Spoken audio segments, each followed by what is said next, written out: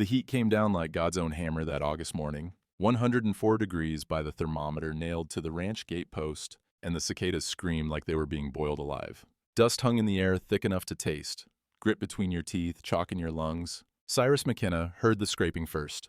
Metal on hardpan, slow, rhythmic, wrong. He looked up from the water trough. He'd been checking. Bone dry again. Third day running, and saw her coming down the road, a child, maybe 9 years old, dragging herself through the dust on her hands and knees. Leg braces hung from one small fist, the leather straps torn, the steel frames held together with baling wire, and what looked like prayer. Her knees bled, left a dark trail in the pale dirt. McKenna stood there, 6'2", of sun-weathered leather in silence, and watched her reach his gate. She grabbed the bottom rail with both hands, pulled herself upright, stood there swaying, bare feet in the dust, yellow dress torn at the hem. The smell hit him then. Blood and sweat and sun-baked earth. Hot metal from the gate latch. The child's hair stuck to her forehead in dark streaks. She looked up at him with eyes the color of winter sky. "I can't close my legs, sir." Her voice came out steady despite the trembling. "They won't move right. Doc Caldwell says I'm cursed and Mama can't pay for new braces. Are you going to send me away too?" Behind McKenna, through the open ranch house window, sunlight caught the edge of a photograph on the mantel. A young girl, 7 years old, dark hair and braids. Caroline. His daughter, dead 12 years now. Same disease, same twisted legs, same desperate eyes. McKenna stared at the child for 30 seconds that felt like 30 years. His jaw worked, his hands curled into fists at his sides. The child waited. The cicadas screamed. The heat pressed down. Finally, McKenna spoke. 3 words that would split the town clean in half. "How old are you, child?" "9, sir." The child swayed on her feet. "Be 10 in December?" McKenna's throat closed up. Caroline had been 7. This girl had already survived 2 years longer than his daughter ever got the chance to. He moved forward, unlatched the gate. The hinges screamed, rust and heat. "What's your name?" "Ruth Ellen Garrett, sir." "Ruth." He crouched down slow, making himself small. Didn't want to spook her. "I'm going to carry you inside. That all right?" She nodded. Didn't cry. Didn't make a sound when he lifted her, even though he saw the pain flicker across her face. She weighed nothing, less than a feed sack. Her arms came around his neck, and he smelled sweat and dust and something else underneath. Infection, maybe? From the scrapes on her knees. Bull Reeves looked up from the horse he'd been shoeing when McKenna carried Ruth past the corral. Bull was 45, built like his name, with hands that could break a man's jaw or gentle a frightened colt. He'd been McKenna's foreman for 20 years. "Boss?" Bull's hammer stopped mid-swing. "Fetch Esther. Tell her it's urgent." Bull didn't ask questions. Never did. Just set down the hammer, wiped his hands on his leather apron, and headed for the barn at a jog. The sound of his boots on packed earth faded fast. McKenna carried Ruth up the porch steps, worn wood, splinters waiting to happen, and through the front door into the cool darkness of the house. The medical room was off to the left, what used to be the parlor before Caroline got sick. He'd converted it 12 years ago, kept it that way after, couldn't bring himself to change it back. He laid Ruth on the examination table. Clean white sheet, laundered yesterday by his housekeeper. The room still had Caroline's things.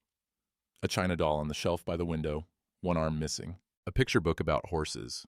A small pair of shoes he should have thrown out a decade ago. Ruth's eyes found this doll immediately. "She's pretty." "My daughter's." The words came out rough. "Long time ago." "What happened to her?" "Same thing that happened to you. Polio. She died." Ruth went quiet. Her small hands folded over her stomach. "I'm sorry, sir." "Not your fault." McKenna moved to the wash basin, pumped water, scrubbed his hands. The pump handle squeaked. "Needed oil." "You thirsty?" "Yes, sir." He brought her a tin cup. Cold well water, the only thing on the ranch that stayed cool.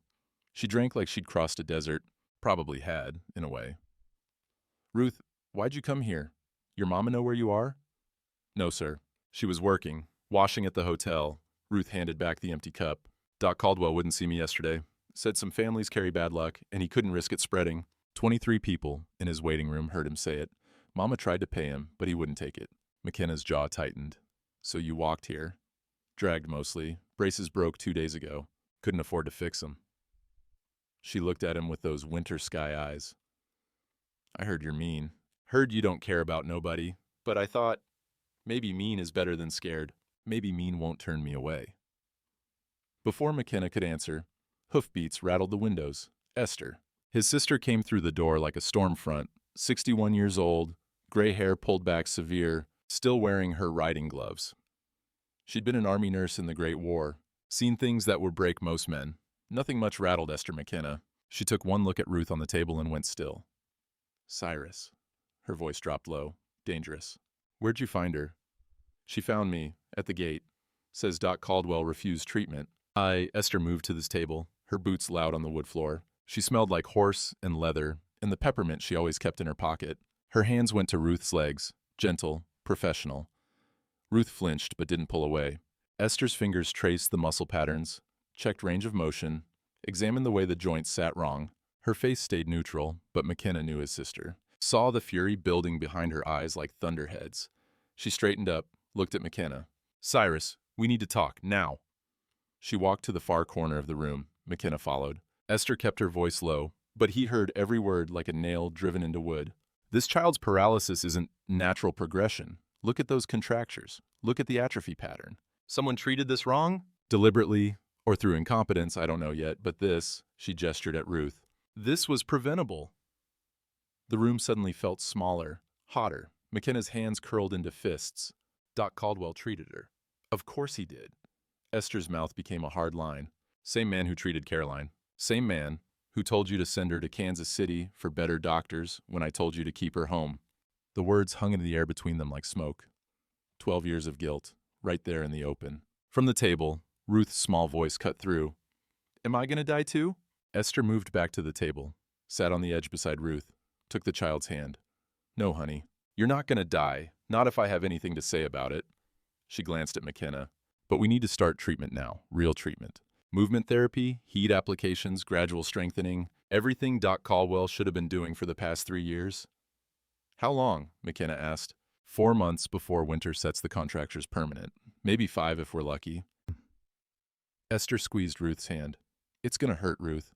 Hurt worse than anything you felt. But pain means healing. You understand? Ruth nodded, her jaw set firm.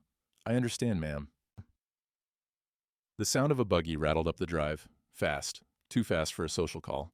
McKenna moved to the window, pulled back the curtain. Doc Harrison Caldwell's rig. The new one with the leather seats and brass fixtures. The one that cost more than most families in Dust Creek earned in 3 years. Mayor Silas Pritchard rode beside him. Company, McKenna said. Bull appeared in the doorway, hand resting casual on the Colt at his hip. Want me to send him away, boss? No. Let's hear what they got to say. McKenna stepped onto the porch. The September sun was starting its slide toward evening, but the heat hadn't broken. The air tasted like copper and dust. Doc and the mayor climbed down from the buggy. Doc's boots, polished, expensive, crunched on the gravel drive. Doc Caldwell was 52, running to fat around the middle, with the kind of face that smiled easy but never reached the eyes. His hands shook as he pulled off his driving gloves. Slight tremor. Most folks wouldn't notice. McKenna noticed everything. Mayor Pritchard was younger, 47, built lean and hard, owned the bank and half the businesses on Main Street. Wore a suit even in this heat. His eyes moved like a snake's. Quick, calculating, cold. McKenna. Doc's voice came out too loud. Compensation. Heard you took in the Garrett girl. News travels fast. Small town. The mayor's smile showed teeth. People talk, and people are concerned. Concerned about what? Doc took a step forward. His cologne cut through the dust smell, something expensive and cloying. That family's had nothing but bad luck for 4 years. Husband dead in a farming accident. Child crippled. Martha can barely keep a roof over their heads. He paused. Some folks believe that kind of misfortune spreads, like a contagion. McKenna's voice stayed level. You a doctor or a preacher, Caldwell? I'm a man who cares about this community's well-being. Taking that girl in, it sends the wrong message. Makes it seem like you're choosing outsiders over your own kind. My kind? McKenna let the words hang there. Mayor Pritchard cleared his throat. What Doc means is you're an important man in Dust Creek. People look to you for leadership. If you harbor troubled families, well, it makes folks uneasy. Bad for business, bad for the town. My girl needs medical treatment. Which I'm happy to provide, Doc said quickly. At my office, under proper supervision. But keeping her here, on your property, that's my business. Doc's hands shook harder. He shoved them in his pockets. You're making a mistake, McKenna. A big one. That a threat? An observation. Mayor Pritchard pulled a folded paper from his jacket. Speaking of business, Martha Garrett's lease on that shack she occupies. She's 3 months behind. $60 owed, plus 18 in property damage fees and 12 for unauthorized water usage. He held out the paper. Due October 15th. That's 6 weeks from now. McKenna didn't take the paper. Did the math in his head. $90 total. Martha worked as a washerwoman at the hotel. Made maybe $30 a month. If she was lucky, the debt was impossible. Awful convenient, McKenna said. Those fees appearing right now. Just enforcing existing contracts. The mayor's smile never wavered. Of course, if she can't pay, eviction's standard procedure. Winter's coming. Shame to see a woman and child put out in the cold. The threat sat there naked and ugly between them. Doc cleared his throat again. Or Martha could surrender the girl to county care. They've got doctors there, facilities. The child would be provided for, and Martha would be free of the burden. His voice dropped, turned oily with false sympathy. Sometimes the kindest thing a mother can do is admit she can't manage alone. Behind McKenna, the screen door creaked. Esther stood there, arms crossed, face like granite. "Gentlemen," she said, voice sharp enough to cut glass. "You've said your piece. Time to leave." Doc's face flushed red. Mayor Pritchard's eyes narrowed. "This isn't over, McKenna," the mayor said quietly. "You're choosing wrong. Town won't forget." They climbed back into the buggy. Doc snapped the reins harder than necessary. The horse startled, lunged forward. Dust rose in their wake as they headed back down the drive toward the main road. Bull stepped onto the porch, watched them go. "Boss, that sounded a lot like extortion." "It was." McKenna turned back toward the house. "They're scared." Question is, scared of what? The next morning, Ruth's screaming woke every ranch hand within 100 yards. Esther had her on the medical table, working the child's left leg through range-of-motion exercises. Slow, methodical. The muscles had contracted so tight they barely moved. 3 years of wrong treatment, forced immobilization when she should have been moving, had locked Ruth's body into positions that fought against themselves. "I know it hurts, honey." Esther's voice stayed gentle even as Ruth's fingernails dug into the table edge. "But movement is medicine. Doc Caldwell lied to you, told you to keep still because it was easier than doing the work." Ruth's face was slick with sweat and tears. The smell of fierce sweat and camphor oil filled the room. Outside, a meadowlark called, too cheerful for what was happening inside these walls. "Will I walk?" Ruth gasped between breaths. "If you fight for it, daily, no matter how much it hurts." Esther released the leg, let Ruth rest. "But I won't lie to you, child. It's going to take months, and I need proper equipment." She glanced toward the doorway where McKenna stood. Steel braces, custom fitted, the kind they make in St. Louis run about $35. $35. McKenna heard the number like a judge's gavel. For most families in Dust Creek, that was 2 months' wages. For Martha Garrett, it might as well be 200. He watched Ruth try to sit up, watched her small hands shake as she gripped the table, watched her refuse to cry, even though the pain was written plain across her face. Caroline had cried, screamed, begged him to make it stop. He'd sent her away instead. Put her on a train to Kansas City with a nurse he'd hired. Believing city doctors knew better, she died 3 weeks later in a hospital room 500 miles from home, calling for him in the night. He'd read about it in a telegram. Hadn't even been there to hold her hand. "Order the braces," McKenna said. His voice came out rougher than he intended. Esther nodded, knew better than to make it a thing. A knock at the front door. Bull's voice. "Boss, you got another visitor." Martha Garrett stood on the porch, holding a canvas bag that bulged with laundry. She was 28 but looked older. Sun-weathered skin, hands raw from lye soap, dark circles under eyes that had forgotten how to trust good things. She wore her only decent dress, mended in 3 places. "Mr. McKenna." She held out the bag like an offering. "For Ruth's treatment. It's all the laundry I had waiting. 4 loads. Hotel rate is $2 per load." "I know it ain't much, but—" "Martha." McKenna didn't reach for the bag. "Your daughter needs care. No charge." Her chin came up. Pride, sharp as broken glass. "I ain't a charity case. I pay my debts." "Didn't say you were. But taking $8 for laundry work you haven't done yet don't sit right?" "Then I'll do it." She thrust the bag at him. "Today. I can use your washboard in line. Have it done by sunset." McKenna studied her face. Saw his own stubbornness looking back at him. Some fights weren't worth winning. "All right. Bull can show you where the washboard is." He took the bag. It was heavier than it looked. Ruth's inside with Esther, doing therapy. Martha's expression cracked here just slightly. "She in pain?" "Yes." "Can I—" "Let Esther finish. Another hour, then you can see her." Martha nodded, gripped her hands together to stop them shaking. "Thank you," she whispered, for not turning her away. She followed Bull toward the barn. McKenna watched her go, then turned to find Esther in the doorway. "That woman's got more spine than sense," Esther said. "Runs in the family, apparently." "Yeah." Bull came back 10 minutes later, found McKenna in his office going over the ranch accounts. The foreman filled the doorway, hat in his hands.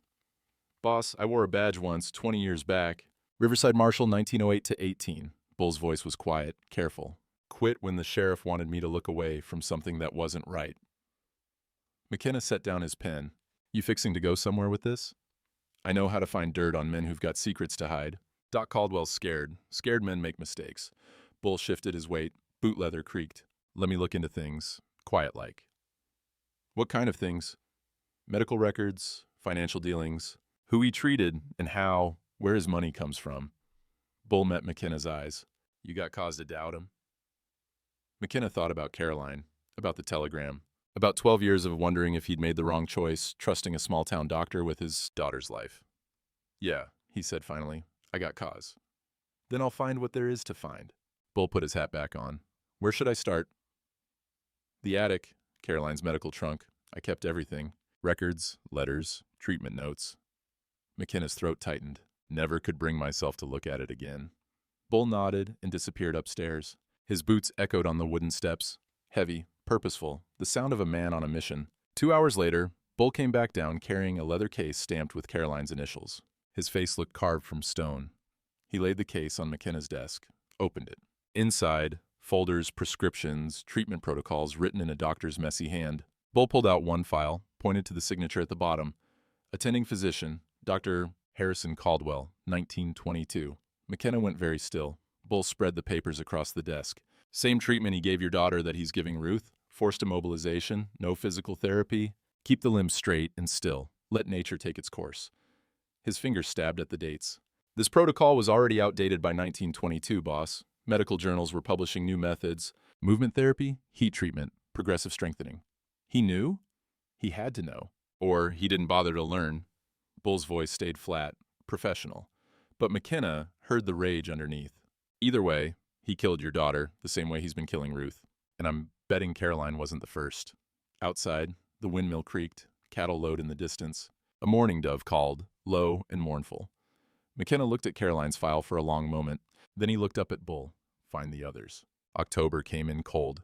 The heat finally broke, but the rain everyone prayed for never arrived. Just wind that stripped the last leaves from the cottonwoods and turned the dust to a fine powder that got into everything, your clothes, your food, your lungs. Martha walked into Henderson's general store with Ruth's hand in hers. The child moved better now. 5 weeks of Esther's therapy had given her some mobility back. She still needed the old braces wire-patched and unreliable, but she could walk short distances. The store smelled like coffee and flour. In the kerosene lamps Henderson kept burning even in daylight, a dozen people shopped the narrow aisles. Conversation stopped when Martha entered. She felt their eyes. Heard the whispers start up again behind her back. Henderson stood behind the counter, thick arms crossed over his apron. He'd sold Martha's family supplies for 4 years. Extended credit when times got tight. Now his face looked like carved wood. "Martha," he didn't smile. "What can I do for you?" "Need to settle my account and order this month's provisions." She pulled out a folded paper. Her grocery list. Basic staples. Flour, beans, salt, lard. Things she needed to get through winter. Henderson made a show of checking his ledger, ran his finger down the columns. "Says here your account's been suspended." The word hung there like a noose. "Suspended?" Martha's voice stayed steady. "I'm only 2 weeks behind. Always catch up." "It's not that." Henderson wouldn't meet her eyes. Doc Caldwell came by. "Advised me that certain accounts were..." Said extending credit to families with ongoing troubles might spread those troubles around. He closed the ledger. "Can't take that risk. Cash only from now on." Behind Martha, a woman whispered to her companion. Ruth's small hand tightened in hers. "I see." Martha's face burned. "And if I pay cash today?" "How much you need?" She glanced at her list. Did quick math. "About $8 worth." Got $8? She had 3. Saved from last week's washing. "I can get it. End of the week." "Then come back end of the week." Henderson turned away, started rearranging canned goods that didn't need rearranging. Conversation over. Martha stood there a moment longer, every eye in the store on her back, judging, calculating, deciding she was worth less than the dust on their boots. She took Ruth's hand and walked out. The screen door slapped shut behind them like a final verdict. They were halfway down the boardwalk when Mayor Pritchard stepped out of the bank, timing too perfect to be coincidence. "Martha." He smiled, cold, professional. "Got a moment?" He pulled folded papers from his jacket, legal documents, official seals. Property lease for the dwelling at 47 Creek Road, Current balance owed, $60 base rent, 3 months behind. Plus $18 in structural damage fees, roof repairs needed, fence down, and $12 for unauthorized water usage. He held out the papers. Total $90. Due October 15th. 2 weeks. Martha's heart hammered against her ribs. That water's from the creek. Been free access for 20 years. Not anymore. Water rights got clarified. Fees are standard now. His smile never wavered. Of course, if payment proves difficult, we can discuss alternatives. The county home takes children with special needs, medical care included, would free you up to find work, get back on your feet. Ruth made a small sound, not quite a whimper, just awareness settling in. I'll have your money October 15th, Martha said. I hope so. For everyone's sake. He tipped his hat and walked away. Martha stood there on the boardwalk, holding her daughter's hand, doing math that wouldn't add up no matter how many times she tried. $90. She made maybe $30 a month if she worked every single day, had $3 saved. 2 weeks to find 87 more. Impossible. That night, Martha counted coins at the kitchen table of their tar paper shack. The kerosene lamp sputtered, low on fuel. Wind rattled the tin roof. Ruth lay on her pallet in the corner, supposedly asleep. But Ruth's eyes were open, watching her mother's shoulders shake. Hearing the quiet crying Martha tried to hide, Ruth understood something then that no 9-year-old should have to understand. She was the weight around her mother's neck, the anchor dragging them both under. If Ruth wasn't here, Mama could work more, save more, survive. The thought sat in Ruth's chest like a stone. 2 miles away, Bull Reeves sat in the shadows across from Doc Caldwell's office. He'd been watching for 3 nights now, sleeping in 2-hour shifts, waiting for something that might never come. Tonight, his patience paid off. 2 in the morning. The street empty except for a stray dog nosing through garbage. Doc's buggy came down Main Street at a trot, too fast for that hour. Doc climbed down, looked both ways, then let himself in the side door of his office building. Bull waited, counted heartbeats, watched the second-floor windows. Light flickered, lantern not electric. Moving from room to room, 20 minutes passed, then smoke. Thin gray wisps curling from the second-floor window. Bull was moving before his brain finished processing. Across the street, at a run, up the outside stairs. The door locked, but Bull had skills.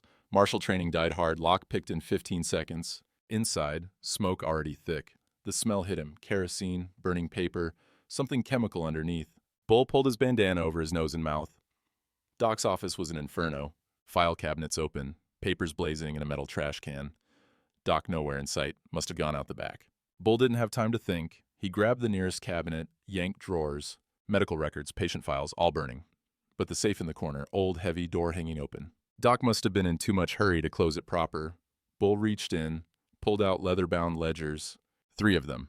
Smoke stung his eyes. Heat blistered his hands through the leather. He stumbled toward the door. The floor creaked ominous, fire eating through supports. Got outside just as the roof caved in. Flames shot up like a signal fire, lighting up half the town. Bull stood in the street, coughing smoke, clutching those ledgers. People started emerging from houses, shouting, calling for the fire brigade.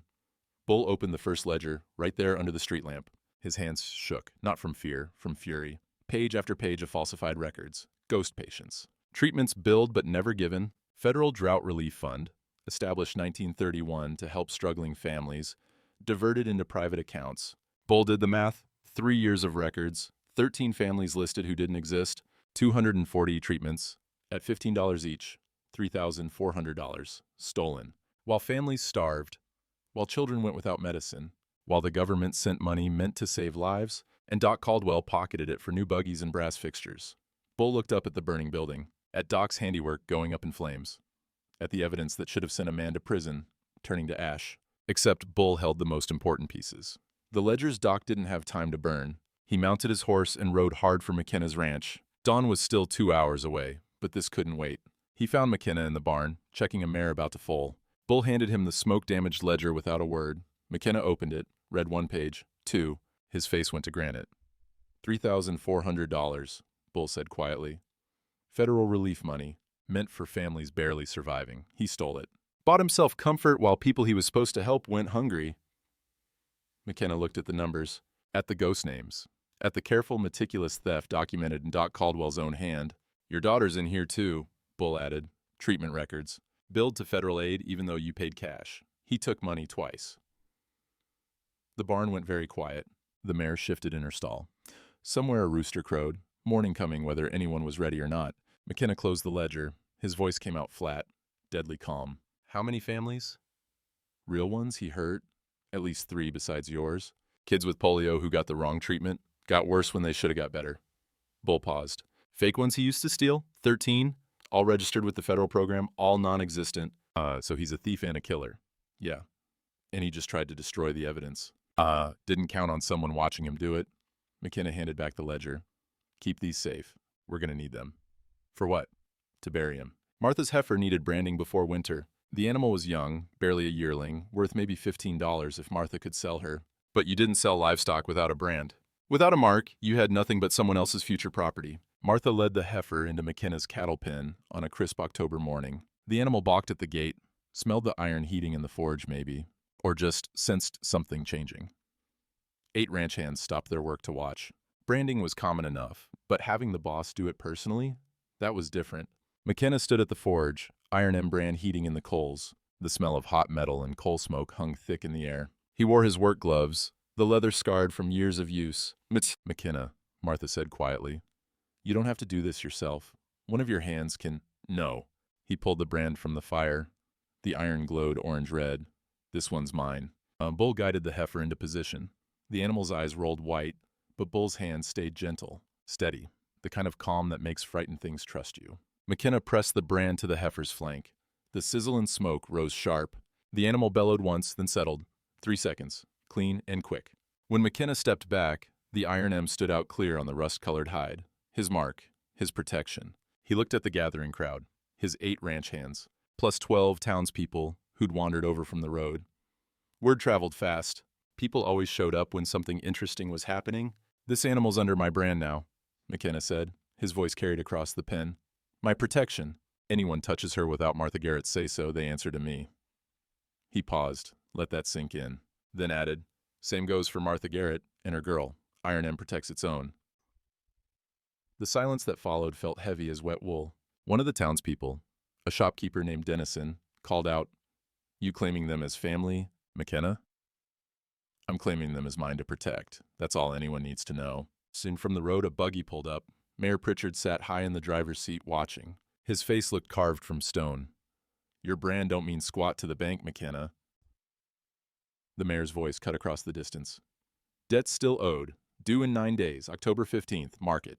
McKenna didn't turn around, just kept his eyes on the crowd. Everybody heard what he said.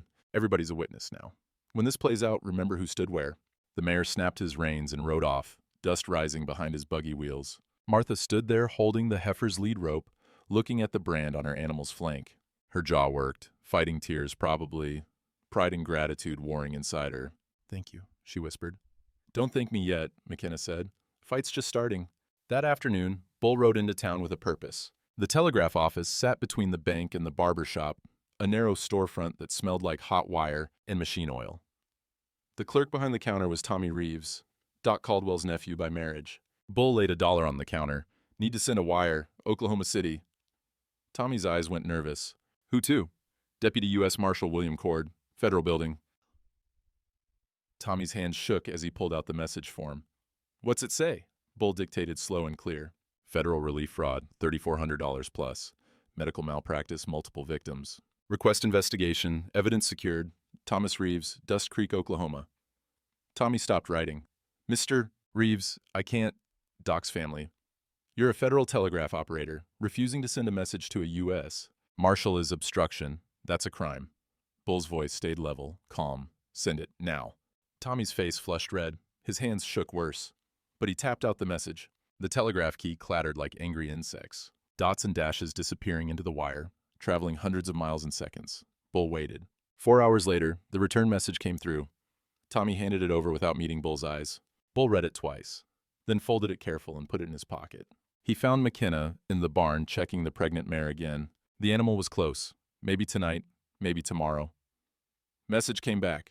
Bull handed over the paper. McKenna read, Received, case opened, Agent Thomas Wright assigned. ETA, October 12th. Preserve all evidence. Do not confront suspects. Cord. 3 weeks, McKenna said. Yeah, Doc's gonna know soon as Tommy tells him about the wire. He'll run. Let him. McKenna folded the telegram. Running's the same as confession. Town'll see that. And if he doesn't run? If he decides to fight? McKenna looked at the mare. She was restless, pacing her stall, sensing her time coming, new life fighting its way into a hard world. Then we make sure he loses, McKenna said. Outside, the wind picked up. Clouds building in the west, dark and promising. The smell of rain coming, maybe? First rain in 4 months. The mare nickered soft. Her time was close. Everything was close now. Coming to a head, like a storm that had been building since August, since a 9-year-old girl dragged herself through the dust looking for help nobody else would give. Bull stood in the barn doorway, watching those clouds roll in. "Boss, this is gonna get ugly." "Already is ugly," McKenna said. "We're just making folks look at it." Sunday morning, the First Baptist Church of Dust Creek smelled like old wood and dusty hymnals. The pews were packed, 97 people by Bull's count. He stood in the back, hat in hand, watching. The organ wheezed through Rock of Ages. Mrs. Henderson pumped the pedals with determination that exceeded her musical talent. The sound bounced off the whitewashed walls, thin and reedy. Pastor Williams stood at the pulpit, 68 years old and growing deaf. He cleared his throat, the sound wet and rattling. "This morning," he announced, "we have a special witness testimony. Harrison Caldwell has asked to speak to the congregation about matters affecting our community's spiritual health." Doc stood from the front pew. He'd dressed careful. Dark suit, white shirt, silver watch chain. Looked respectable, trustworthy. His hands only shook a little as he climbed the 3 steps to the pulpit. "Friends," his voice carried strong, practiced. "I stand before you troubled in spirit. We live in hard times. The drought tests us, the depression tests us. And in these times we must cling to what we know, to our own kind, to the people who've walked beside us through every trial." Heads nodded. Someone said, "Amen." A doc gripped the pulpit edges. "But when a rich man, a powerful man, turns against his own kind, when he chooses outsiders over neighbors, when he harbors those marked by misfortune," he paused. Let the words settle. "We must ask ourselves, is he still one of us?" Bull saw it working, saw faces hardening, saw the congregation pulling together against a common threat. Iron McKenna has taken in the Garrett family, a family plagued by tragedy, death, disease, poverty. Then Doc's voice rose. "I'm a doctor. I've seen how misfortune spreads like sickness, how one bad element can poison a whole community. We have children to protect, families to safeguard. Can we risk—" The creak of a pew bench cut him off. Esther McKenna stood. She wore her Sunday dress, plain, gray, severe. Her face looked carved from bedrock. "Dr. Caldwell," she said, her voice carrying clear through the church, "are you preaching or confessing? 'Cause guilt sounds different than gospel." The congregation went silent. You could hear people breathing. Someone's stomach gurgled. Doc's face flushed purple. "Miss McKenna, this is highly inappropriate. So's stealing federal relief money. So's lying to families about their children's medical care. So's blaming victims for your own failures." Esther stepped into the aisle. "I was an Army nurse. Saw men die who could have been saved if someone had told the truth instead of hiding behind prayers and patriotism." She walked toward the door. Her boots echoed on the wooden floor, sharp, deliberate. "Anyone who's tired of being lied to," she said without turning around, "welcome to follow me." She pushed through the door. Sunlight sliced in, bright and accusing. For 3 heartbeats, nobody moved. Then Nora Preston stood. Mother of 7-year-old Emily, paralyzed 2 years ago, same symptoms as Ruth. She'd been at the town meeting when Esther named her daughter as one of Doc's patients. Nora walked out. Thomas and Sarah Chen stood together, their son James, age 9, polio, still in leg braces. They walked out. One by one, others followed. The Hendersons, the Marshalls, a farmer named Dickerson, people who'd lost faith in easy answers and comfortable lies. 19 people total, out of 97. The church doors closed behind them with a sound like judgment. Doc stood at the pulpit, hands gripping the wood so hard his knuckles went white. His sermon died in his throat. Pastor Williams climbed the steps, gently moved Doc aside. "Let us pray," he said to the remaining congregation. But Bull noticed some of them weren't bowing their heads. They were watching Doc Caldwell, and their faces showed something new, doubt. Monday morning, Bull walked into the county courthouse. The building smelled like old paper and mildew, and the failure of good intentions. The clerk's office sat on the 2nd floor, windows facing Main Street. Samuel Porter, the county clerk, was 70 years old and had worked in this building for 46 of them. He knew every document filed since 1888. His memory was better than any filing system. He looked up when Bull entered. His eyes went nervous behind wire-rimmed spectacles. "Mr. Reeves, what can I do for you?" "Need to see the original land surveys. Northern property lines for the McKenna Ranch. 1889 plat maps." Porter's hand shook as he set down his pen. "Doc Caldwell came by last week, said I wasn't to help you with anything. Said it was federal investigation trumps local suggestions. Bull kept his voice pleasant, professional. You refusing a request related to a U.S. Marshal's inquiry? Porter swallowed, stood, disappeared into the records room. He came back 10 minutes later, carrying a rolled map that smelled like dust and thyme, spread it across the counter. The paper crackled, dry and brittle. Bull leaned over the map, found McKenna's property boundaries, traced them north with his finger. There. The northern boundary line ran right through Dust Creek's headwaters, the source spring, the place where the water actually started before it became the creek that fed the town. Bull's heart hammered. He pulled out his pocket notebook, copied the survey details, legal descriptions, section numbers, township markers. Porter, he said slowly, who owns the water rights to Dust Creek? The clerk adjusted his spectacles. Well, the town's always claimed common access, but legally, he pointed at the map, legally the spring's source sits on McKenna property, has since the original grant in 1889, so McKenna owns it. Technically, yes, though nobody's enforced that in 50 years. Water's always been treated as public resource. Bull felt something shift in his chest, understanding clicking into place like a lock tumbling open. Mayor Pritchard had been collecting water fees for 8 years, $12 per family per year, telling people it was legal, required, official, but the water was McKenna's, always had been. The mayor had been running a protection racket. Pay the fee or lose access to water you legally had rights to anyway. Pure extortion, wrapped in official-sounding paperwork. Porter, I need a certified copy of this survey. Official seal. That'll cost $2. Bull slapped the money on the counter. Make it 3 copies. And Porter, if anyone asks what I was looking at, you tell them the truth. No point hiding it now. Porter's hands shook as he prepared the documents. The seal press came down with a thump, heavy, final, legal. Bull rolled up the certified copies, walked out into the October sunshine. The air smelled like coming rain. Clouds building again, in the west. Maybe this time they'd actually deliver. He found McKenna at the ranch, working on the windmill that had been squeaking for 2 weeks. McKenna stood on the platform 20 feet up, wrench in hand, grease on his shirt. Boss, Bull called up. Need you to come down. Got something. McKenna climbed down, wiped his hands on a rag. What did you find? Bull unrolled the survey, pointed to the boundary line, explained about the headwaters, the water rights, the mayor's 8 years of illegal fees. McKenna stared at the map for a long moment. Then he smiled. Bull had seen McKenna smile maybe 5 times in 20 years. It was never a comfortable sight, so every threat Pritchard made about shutting off our water, impossible. He doesn't own it. You do. He's been collecting fees for something he has no legal claim to. Bull rolled up the map. That's fraud. Add it to Doc's theft. Federal investigators gonna love this. How much has he collected? Bull did the math. Town's got maybe 80 families.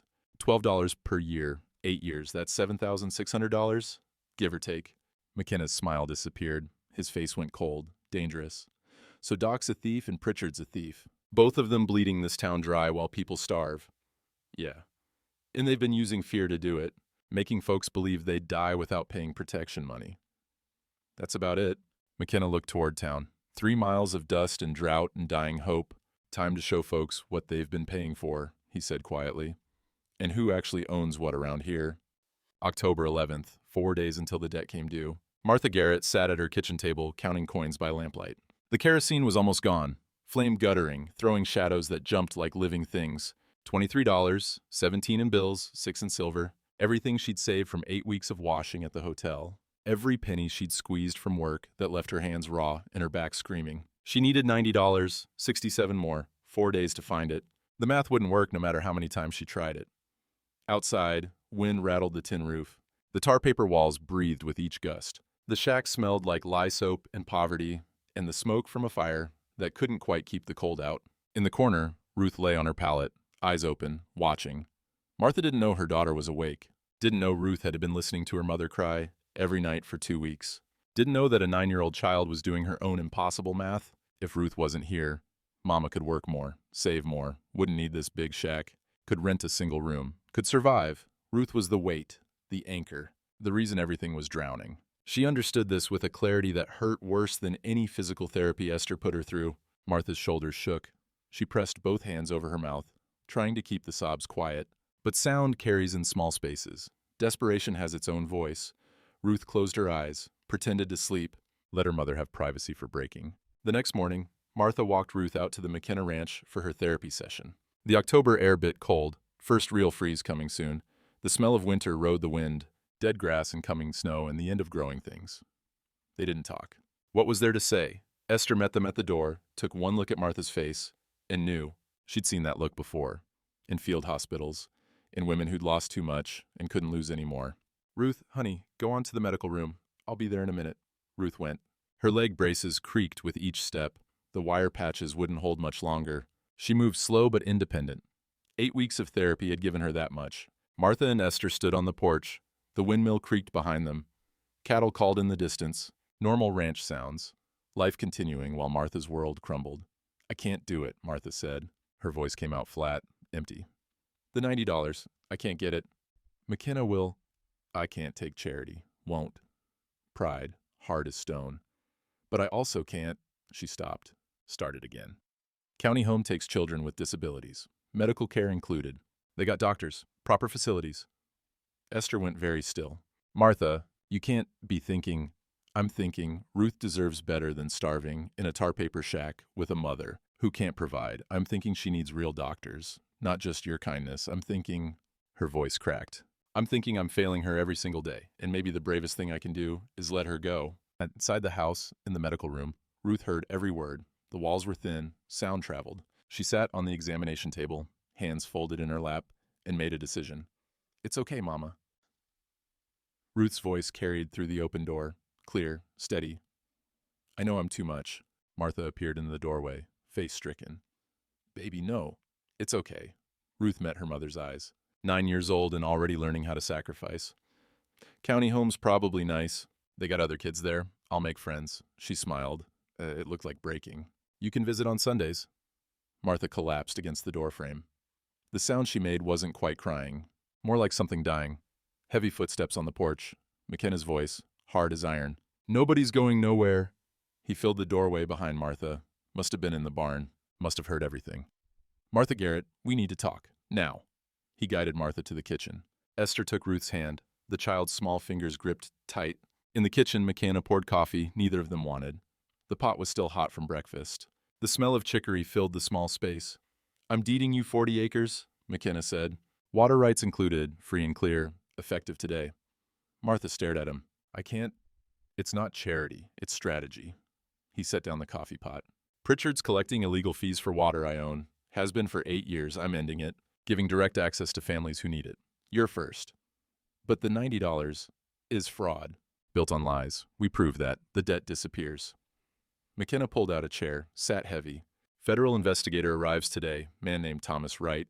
He's going to tear this town's corruption wide open, but it takes time, and you don't have time. So what do? You trust me. You let Ruth keep getting treatment. You stay in that shack until we can build you something better. And you stop talking about giving up your daughter. Martha's throat worked. I don't have a choice. You do. Same choice everyone has. Fight or surrender. McKenna leaned forward. I surrendered once. Sent my daughter away when she needed me most. Told myself I was doing what was best. She died, alone, 500 miles from home, calling for me. The silence that followed felt like church. Don't make my mistake, McKenna said quietly. Ruth needs you, not a county home. You. Martha's face crumpled. 12 years of holding strong came apart all at once. Esther appeared in the doorway. Cyrus, someone's here. Federal agent, I think. Thomas Wright stepped out of a dusty Ford, looked around the ranch with eyes that missed nothing. He was 42, built lean, with the kind of face that gave nothing away. Former Army investigator, now worked for the U.S. Marshal's office. Bull met him at the car. They shook hands, the greeting of men who understood each other without needing explanations. Got your wire, Wright said. Came early. Case like this, sometimes early's the difference between evidence and ashes. Doc already tried burning his office. We got the important pieces. Bull gestured toward the house. Boss is inside. Got everything ready for you. They gathered in McKenna's office. Wright spread the salvaged ledgers across the desk, added his own notebook. A federal investigator's meticulous documentation. $3,400 from the Drought Relief Fund, Wright said, running his finger down the columns. Ghost patients, fake treatments, money that should have saved lives, bought food, kept families afloat. He looked up. This is federal fraud, clear as daylight. And the malpractice? Esther asked. Wright pulled out medical records, Caroline's file, 3 others Bull had found. 4 children minimum who received outdated treatment, protocol that medical journals abandoned in 1925, forced immobilization instead of movement therapy, Made the paralysis worse, possibly permanent. Can you prove intent? McKenna's voice stayed level. Don't have to prove he meant harm, just have to prove negligence. That he knew better or should have known better. The medical journals exist. The updated protocols were published. He ignored them. Wright closed the file. That's malpractice. Criminal negligence at minimum. What about the mayor? Bull asked. Water rights fraud. Wright pulled out the land survey Bull had provided. $7,600 collected over 8 years for water he didn't own. Extortion. Added to Caldwell's theft, we're looking at $11,000 minimum. During the Depression. He shook his head. Judge is going to throw the book at both of them. When? McKenna asked. Normal procedure, we'd arrest them tomorrow. Federal hearing in Oklahoma City, 6 months to trial. I want it public. Here, in Dust Creek. Wright raised an eyebrow. That's unorthodox. This town chose looking away over looking close. They need to see. Need to choose again. McKenna stood, walked to the window. Spring cattle auction, March 15th. Biggest gathering of the year. 100+ people. You make it a public hearing. Present evidence. Let them witness what they've been paying for. That's 5 months away. Suspects could run. Let them try. Running's confession. Town sees that, they see guilt. Wright considered this. Tapped his pen against his notebook. It's irregular, but given the community complicity angle, he nodded slowly. All right, March 15th. Public hearing format. But after the testimony, they're arrested. No negotiation. Agreed. One more thing. And Wright looked at Esther. I'll need the girl to testify. Ruth Garrett. Can she handle that? Talking in front of the whole town about what happened to her? From the doorway, a small voice answered, Yes, sir, I can. Ruth stood there in her wire-patched braces, chin up, winter sky eyes clear. I ain't scared no more. March 15th, 1935, the spring cattle auction. Winter had finally broken. The morning came in warm, 62 degrees by 9 o'clock, with mud drying in the sun and the first green shoots pushing through dead grass. The air smelled like thaw and possibility and rain that had finally arrived in February, 3 months late, but better than ever. McKenna's ranch yard filled with wagons and trucks and horses. 120 people by Bull's count, the biggest gathering since Christmas. Families came from 30 miles around. Cattle auctions were social events. Chance to see neighbors, trade news, do business. Remind yourself you weren't alone out here in all this dust and distance. A platform stood at the north end of the yard. Rough lumber, built for the auctioneer to stand on. Today, it would serve a different purpose. Ruth arrived with Martha in McKenna's truck. The child wore a new dress, blue gingham made by Esther's careful hands, and on her legs, gleaming in the sunlight, steel braces. Custom made, St. Louis crafted. $35 worth of steel and leather and hope. She climbed down from the truck slowly, carefully.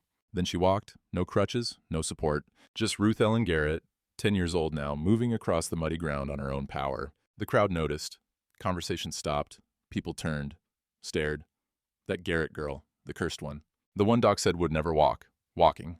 McKenna watched faces change, saw doubt creep in, saw people starting to question what they'd been told. The auction started normal enough. Auctioneer called out lot numbers.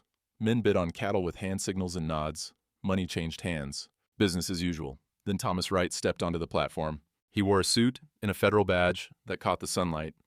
His voice carried clear across the yard. Before we continue, we have official business. Federal investigation findings to be presented. This constitutes a public hearing under U.S. Marshal Authority. Dr. Harrison Caldwell, Mayor Silas Pritchard, step forward. The yard went silent. Not the comfortable quiet of people listening. The held-breath silence of people sensing disaster coming. Doc stood from where he'd been sitting on a hay bale. His face had gone pale. His hands shook worse than ever. Even from 40 feet away, McKenna could see the tremor. Mayor Pritchard's hand moved toward his coat pocket. Bull stepped up beside him, casual-like, rested his own hand on the Colt at his hip. Wouldn't, Bull said quietly. The mayor's hand stopped moving. Wright opened a folder. October 1931, the federal government established the Drought Relief Fund, medical assistance for families affected by economic hardship. $3,400 allocated to Dust Creek, Oklahoma, administered by Dr. Harrison Caldwell. He pulled out the salvaged ledgers. These are Dr. Caldwell's own records. 13 patients listed, 240 treatments billed, only 28 actual treatments provided. The rest, he looked up, fabricated, ghost patients, stolen money. The crowd stirred, whispers starting. Wright continued. Additionally, medical malpractice. Outdated treatment protocols applied to children with poliomyelitis. Treatment that medical journals condemned as harmful as early as 1925. Treatment that caused permanent damage when proper care could have prevented it. He gestured toward Ruth. Ruth Garrett, 9 years old when Dr. Caldwell began treatment, told to keep her legs immobilized. No movement, no therapy, treatment that made her paralysis worse. Ruth stepped forward, climbed the 3 steps to the platform, each step deliberate, proof. She stood beside Agent Wright, small and straight, and looked out at the crowd. Doc Caldwell told me to keep still, she said. Her voice came out clear, strong. Said moving would make it worse. But he lied. Moving made it better. Miss Esther showed me. Mr. McKenna paid for proper braces. They helped me walk again. Agent Wright put his hand on Ruth's shoulder. 3 other families. Same pattern, same lies, same doctor. Nora Preston stood from the crowd. Mother of Emily, age 7, still in leg braces after 3 years. My daughter, Nora said. Her voice shook but held. Same treatment. Doc said keep her still. We did. She got worse. Thomas Chin stood, father of James, age 9. Our son, same thing. Mary Dickerson, holding her daughter Sarah's hand. And ours, 4 families, 4 children, 4 lives damaged by a doctor who'd chosen profit over care. The crowd's silence deepened. The kind of silence that precedes thunder. Wright pulled out more documents. Mayor Silas Pritchard, water rights fees collected from 83 families. $12 per family per year, 8 years. Total, $7,968. He held up the land survey. Dust Creek headwaters sit on McKenna property. Original grant, 1889. Mayor Pritchard has no legal claim to water rights. Every fee collected was fraud, extortion. The numbers hung in the air like accusations. $11,368. Stolen, while families starved, while children suffered, while people paid for protection they already owned by right. Doc Caldwell made a sound, not quite a word. Something breaking. He stumbled forward, his knees hit the platform. The wood shook. His voice cracked. I didn't mean the protocols were expensive to update. New equipment, new training, I thought. He looked up at the crowd, at faces he'd known for 20 years. I thought I could manage. Thought the old ways would work. I was wrong, and He broke. Sobs came out harsh and ugly, guilt wearing a man's face. Mayor Pritchard turned to run. Bull's hand clamped on his collar. Don't make this harder, Bull said. Agent Wright produced handcuffs. The steel clicked shut around Pritchard's wrists. The sound carried across the silent yard. McKenna stepped onto the platform. He carried something wrapped in cloth. Unwrapped it slow. A photograph. A young girl, 7 years old, dark braids, smiling at something off camera. My daughter, Caroline, 1922. Treated by Dr. Harrison Caldwell. Same protocols, same lies. She died because I trusted him. He set the photo down where everyone could see it. Then he pulled out a legal document, unfolded it. The paper rustled in the spring breeze. Martha Garrett, this is the deed to 40 acres. Northern section of my property. Water rights included. Free and clear. No debt, no fees. It's yours. He held it out. Martha climbed onto the platform, legs shaking, took the paper with both hands. Iron and brand protects, McKenna said, loud enough for everyone to hear. That's not just words. That's my word. And my word means something in this county. He looked out at the crowd, at faces that showed shame and shock and dawning understanding. Y'all had a choice. Most of you chose comfortable lies. Chose looking away. 7 families chose different. 7 spoke up. The rest of you, he paused. You got another choice now. Choose better. The silence that followed was complete. 120 people standing in spring sunshine, seeing their town's corruption laid bare, seeing what they'd allowed to happen by choosing not to see. Agent Wright broke the quiet. Harrison Caldwell, Silas Pritchard, you're under arrest. Federal charges, fraud, extortion, criminal negligence. You have the right to remain silent. His voice continued, reading rights that meant prison. Years of it. Justice measured in locked doors and lost freedom. Doc didn't resist. Just stood there with cuffs on his wrists, crying like a child who'd finally been caught.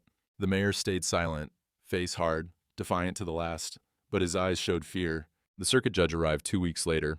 Federal jurisdiction meant the trial happened fast. No local politics to slow things down. The courtroom in Oklahoma City was plain wood and hard benches, and justice that didn't care about reputation. Doc Caldwell got 12 years in federal prison, fraud, malpractice, criminal negligence. The judge's voice stayed flat as he read the sentence. Numbers and crimes and consequences delivered without emotion. You were given a position of trust, the judge said.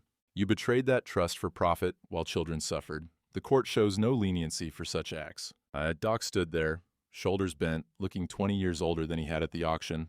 The bailiff led him away. His footsteps echoed on the wooden floor, small sounds getting smaller. Mayor Pritchard got 8 years. Fraud, extortion, conspiracy. He walked out without looking back, head high, refusing to show weakness even at the end, but the money was gone. Spent. Only $300 recovered from their accounts.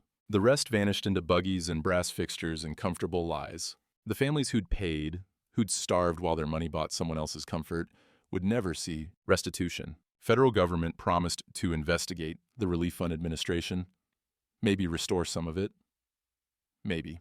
Justice didn't always mean whole. Back in Dust Creek, the town held a meeting, not official, not organized, just people gathering on the church steps because they needed to talk about what they'd become. Pastor Williams stood on the top step. His voice shook. "We all knew," he said. "Maybe not the numbers, maybe not the details, but we knew something was wrong. We saw Martha Garrett struggle, saw Ruth suffer, saw families get turned away. And he stopped, started again. We chose comfort over conscience. Chose not to see because seeing meant acting, meant risking, meant standing against our own. As 90 people stood in the April sunshine. Some cried, some just looked at their boots. Shame has its own posture, hunched shoulders, downcast eyes, hands that don't know where to rest. Nora Preston spoke up. I believed him when Doc said my Emily was just unlucky, when he said there was nothing more to be done. I believed him because it was easier than fighting. We all did, someone else said. Henderson, the storekeeper. I cut off Martha's credit because Doc told me to. Didn't ask why, just did it. The confessions came slow, painful. People admitting they'd chosen wrong when choosing right was right there in front of them. So what now? Thomas Chen asked. What do we do with knowing what we did? McKenna stood in the back of the crowd, hadn't planned to speak, but silence felt like permission to forget. You choose better next time, he said. You remember what it cost to look away. And when the next person needs help, when the next family struggles, you don't wait for someone else to step up. You do it yourself. The words hung there, simple, hard. Pastor Williams nodded. The relief fund money is gone, but we can help rebuild it ourselves. Small donations, what we can spare, set up a committee, 7 people to oversee it, make sure it goes where it's supposed to. I'll serve, Nora said. 6 others volunteered, the families who'd spoken up at the auction, the ones who'd walked out of church that Sunday when Esther had called out the lies. They'd been right when being right was lonely. Now they'd make sure the town did better. It wasn't redemption, not yet, but it was a start. March 1936, 1 year later. Ruth ran across the yard at McKenna's ranch, not fast, not smooth, but running. Her legs moved independent, strong, coordinated. The steel braces still there, but lighter now. Different model, less support needed. She chased a barn cat that had no interest in being caught. Her laughter echoed off the barn walls, pure, unself-conscious, alive. Martha stood on the porch of her new house, not the tar paper shack. A real house, small but solid. 2 bedrooms, wood frame, built on the 40 acres McKenna had deeded her. The town had helped, atonement labor, men showing up after work to hammer boards and raise walls and prove they could build instead of just tearing down. The garden behind the house showed green, vegetables coming up, land that had been dust for 4 years finally producing life again. Sunday dinner was at 5. Same as every week. McKenna, Esther, Bull, Martha, Ruth. Chosen family, around a table that held more than food, held belonging, held the thing you build when blood fails and choice succeeds. Ruth came running up, breathless. Mr. McKenna, look. She did a small jump. Both feet left the ground, landed stable. A year ago, she'd dragged herself through the dust. Now she jumped. McKenna smiled. A real one. The kind that reached his eyes. That's good, Ruth. Real good. She climbed onto the porch, sat on the steps beside him. Her breathing slowed. The barn cat watched from a safe distance. Do you still miss Caroline? Ruth asked. The question children ask when they trust you with truth. McKenna looked out at the ranch, at the cattle grazing in spring grass, at the windmill turning in wind that smelled like rain coming, at all the things that continued despite loss. Every day, he said, but you helped me remember how to hope. Ruth leaned against his shoulder, small gesture, big meaning. I'm glad I came here, she said quietly, even though I was scared. Me too. Inside, Esther called that dinner was ready. The smell of roast chicken and fresh bread drifted through the open door. Ruth stood, offered her hand to McKenna. Come on, before Bull eats all the biscuits. He took her hand, let her lead him inside, into warmth and voices, and the ordinary miracle of a table surrounded by people who chose each other. The door closed behind them. Outside, the spring evening settled soft. Birds called. Water ran in the creek, full and clear. The land healing same as the people on it, slow, imperfect, but healing nonetheless. Now, I was there that day at the auction. Saw that little girl walk across the platform in them shiny steel braces, head held high like she'd conquered mountains. Maybe she had. Iron McKenna wasn't a soft man, wasn't looking for redemption or glory. He was just a man who'd failed once and couldn't stomach failing twice. Sometimes courage ain't about being fearless. It's about being so tired of your own cowardice that you'd rather face the devil than look at yourself in the mirror one more morning. The town learned hard that year. Learned that cruelty don't need monsters to thrive, just regular folks choosing convenience over conscience. Learned that the scariest man in 3 counties might be the one willing to stand alone because standing together meant standing wrong. Ruth Ellen McKenna, yeah, she took his name legal in 1938, went on to become a nurse, worked with polio patients for 40 years, helped hundreds of kids walk who doctors said never would. Used to tell them her limp was her credential. I know what's possible because I lived it. Iron McKenna died in 1952, age 76. Ruth held his hand at the end. Last thing he said, "Did I do right by you, girl?" She said, "You taught me that one person choosing right can shift the whole world." That spring of 35, when the water came back and the land turned green, folks in Dust Creek learned something about themselves. Some liked what they learned, some didn't, but they all learned. I'm 93 now. Still got Ruth's Christmas card on my mantle. Photo shows her at a rehabilitation center in Tulsa, year 2000. She's 75, gray-haired, still wearing leg braces. Standing beside a young boy, maybe 6 years old, helping him take his first steps after polio. Her hands on his shoulders, same gentle way Esther's hands had steadied her. Same patient voice, same steel in her spine that McKenna showed her all those years ago. The boy's smiling. Scared, but smiling. And Ruth's face, Lord, you can see it plain. She knows what he's feeling. Knows the fear and pain and impossible hope. Knows because she walked that road herself. That little girl who couldn't close her legs. She taught a whole town how to stand.